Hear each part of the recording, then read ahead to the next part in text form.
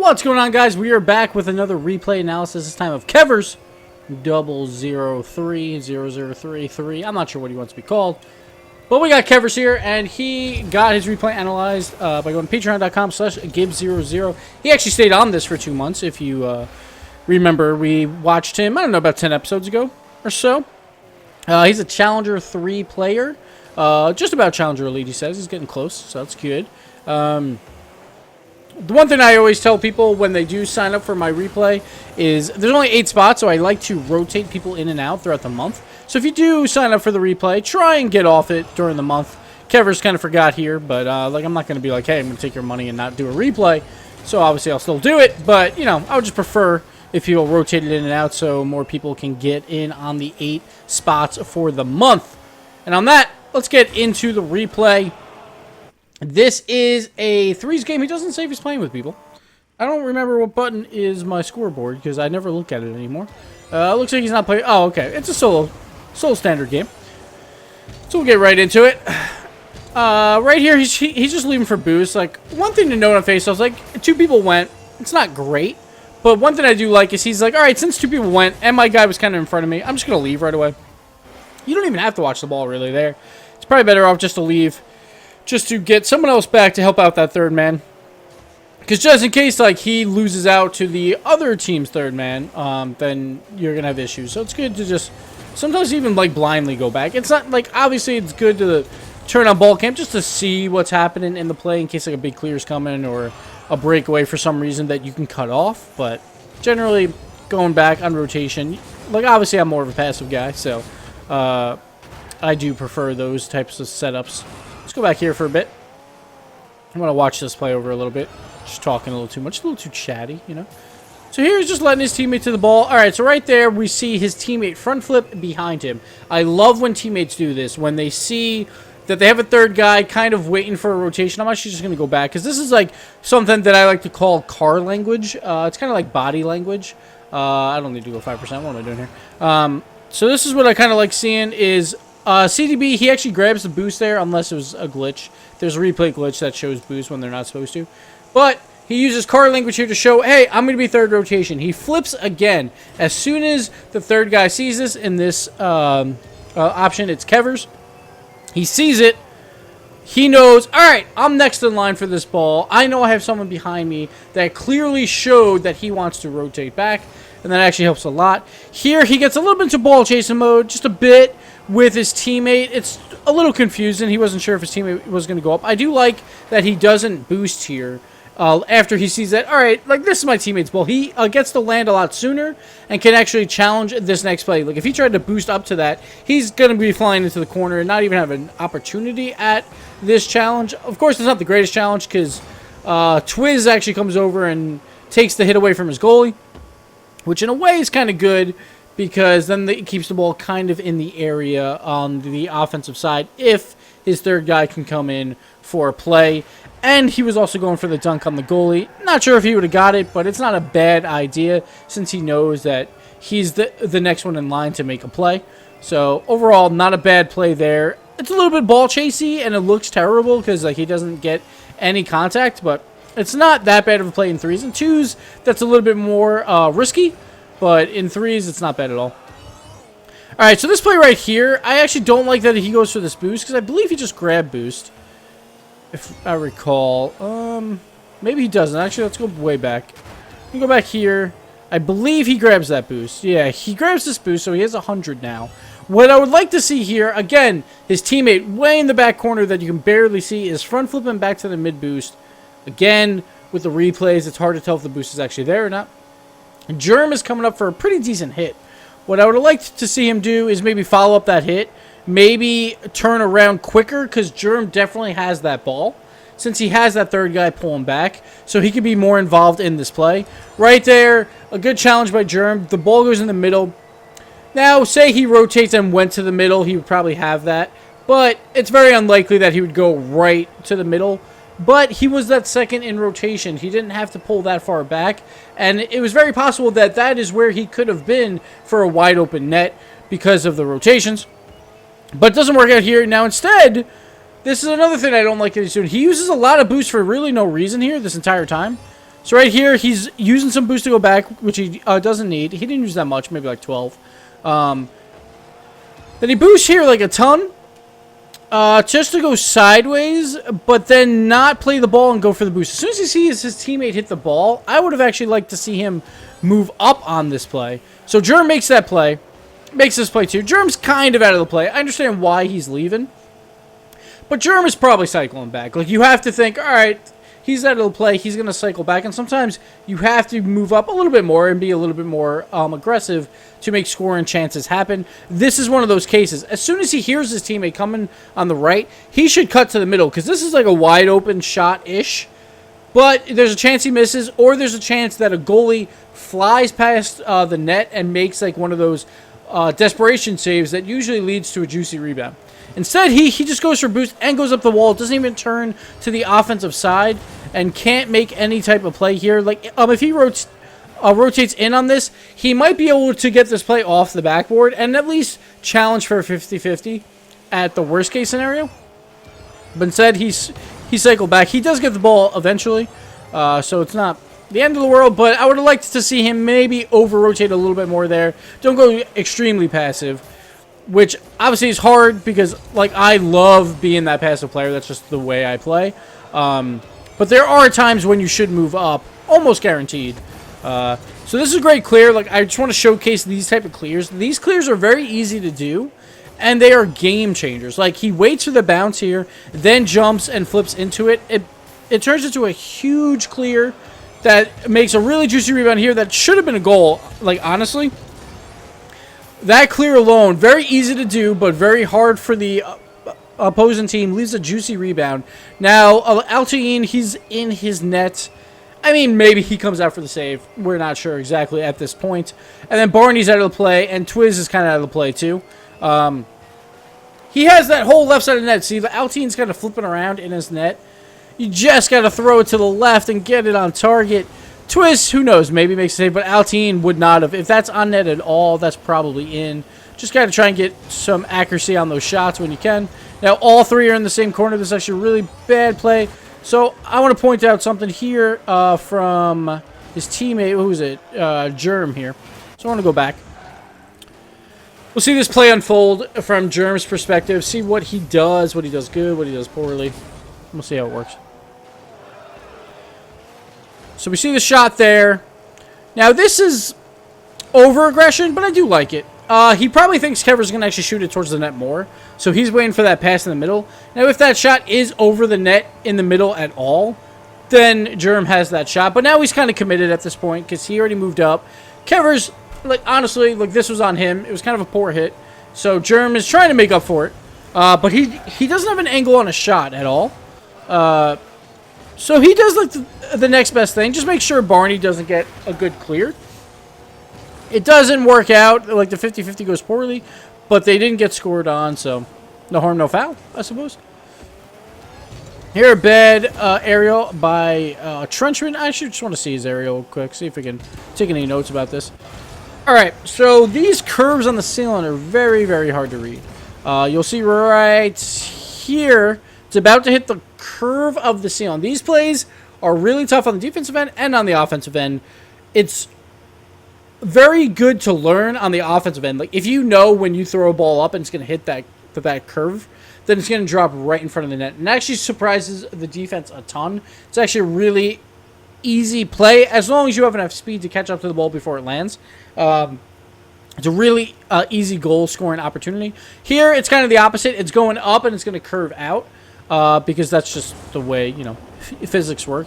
But here he went up in the air to start this aerial before he saw the bounce of the ball. Now, of course, it's a good idea, like, if you can read the bounces, to get up in the air early.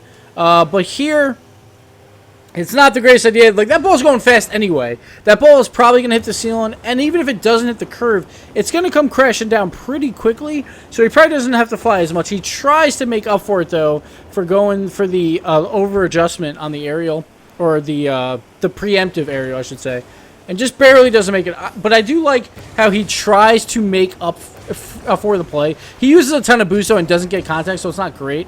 He was already facing his own net when he jumped, which is actually the main Bad part. And I say this every single time for aerials. It's all about how you start, like where you jump from. So he's facing right into his own net, facing the wall, right when he jumps. Like he's facing a little bit inside that post. So even if this ball is going straight up and down, he's still got to curve so much with boost. And this wastes so much boost. If he would have just turned a little bit more, he wouldn't have had to waste nearly this much boost and maybe could have made contact. Right as he hits that curve, he's kind of screwed at this point. But even if it didn't, he still has to use this much boost just to turn his car. So it really would not have worked out. And there you go. He gets the whiff. Go back to Kevers here. So these plays are always hard when you have a teammate going up and then they whiff, because you're always like you're going to hesitate because you think that the other team's going to get it. Now this area is actually really, really poor by Kevers. I don't like this at all. I would much rather you get high first than get under the ball, because generally you're going to lose these 9 times out of 10. Luckily, both guys on the orange side didn't get great aerials, but he actually goes underneath it before trying to get his height. Like I would have much preferred going for that double jump height and getting a touch on it. Luckily, his teammate came in and actually won the challenge instead. And then he just gets a free shot. And these, you just have to put home. Like, very good shot here. Very safe shot. He kind of just flattens his car up, makes sure he's level, and then goes for the front flip. Nice, easy shot. And you just got to put those in every time. Those are very, very important.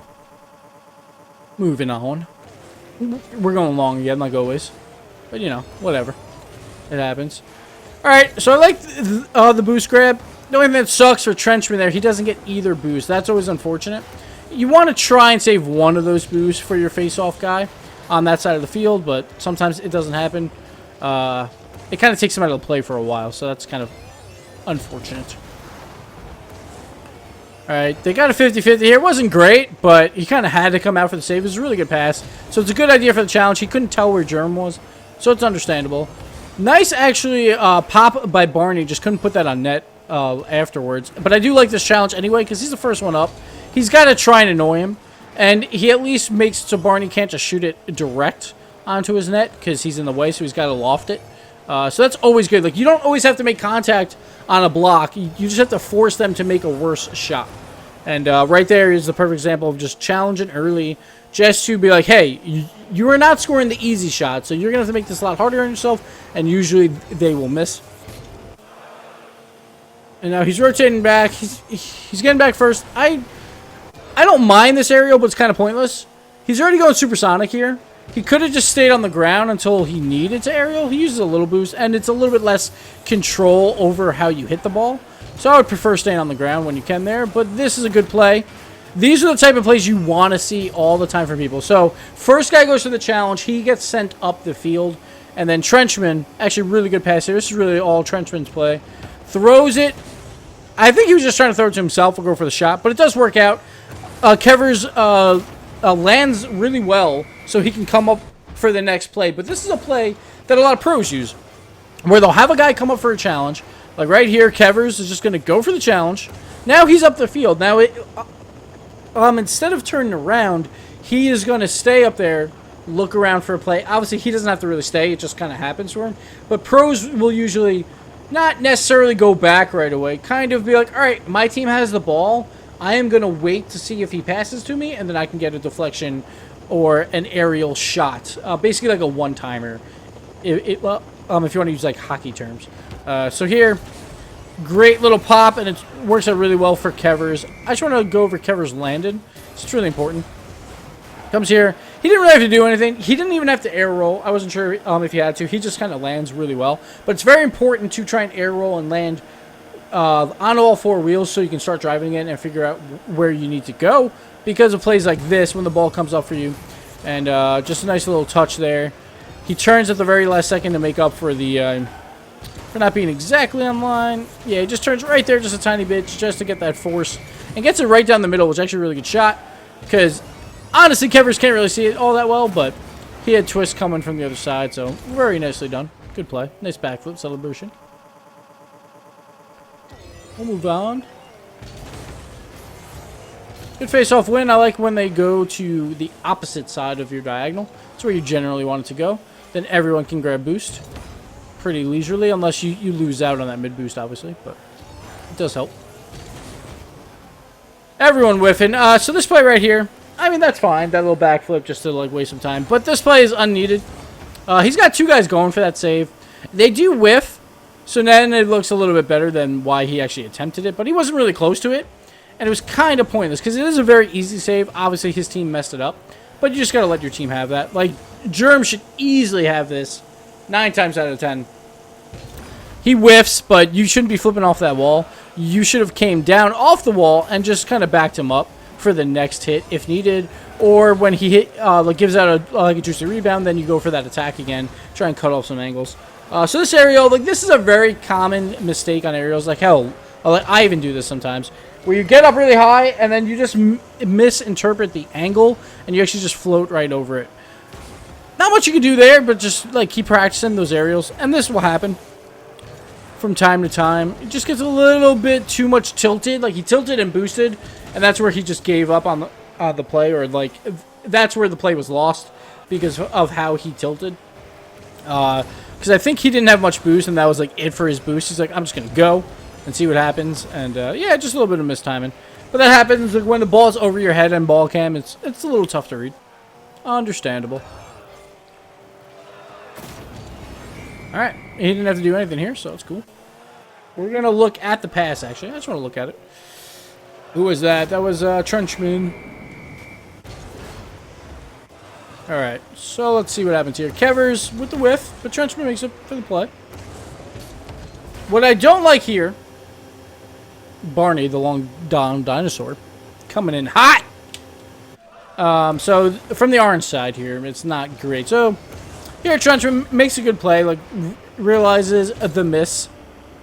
What I would do here, Barney's not in this play. He should not be coming up for this ball. This is definitely Trenchman's ball.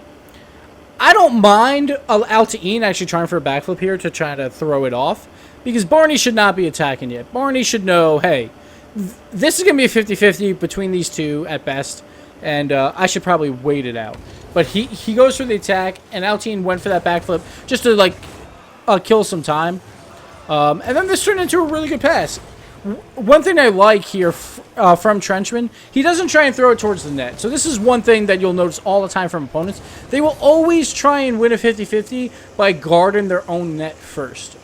Like, generally. Like, I'm not going to say this is going to happen every single time, but a lot of the times, that's where they're going to come from. Barney comes from his net. He's just blocking that angle. So all Trenchman does is just throw it very gently to the right side. This is a free hit for him, and he can just continue to push the ball up. He doesn't have to score here yet.